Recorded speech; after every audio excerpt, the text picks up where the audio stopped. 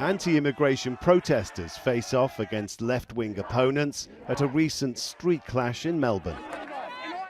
Politics in Australia is increasingly becoming divided and bitter, where the more outrageous becomes the more populist, like anti-immigration Senator Pauline Hanson wearing a burqa in Parliament.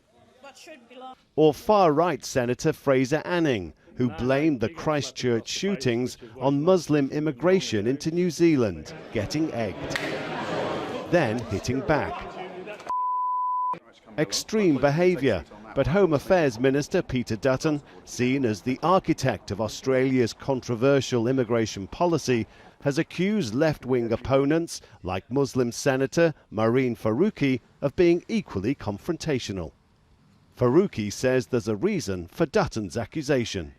There have been mainstream politicians who for years have been race baiting, have been dog whistling, have been creating this atmosphere of us and them, a division between migrants that might look like me and the rest of Australia.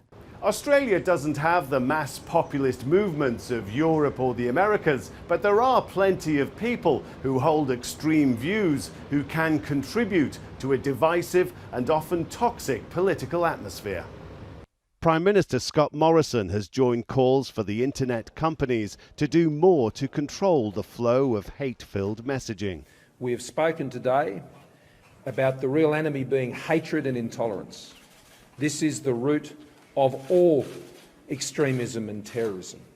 An admirable goal, but the Prime Minister's critics say Morrison's own reputation is one of dividing rather than uniting. Rob McBride, Al Jazeera, Sydney.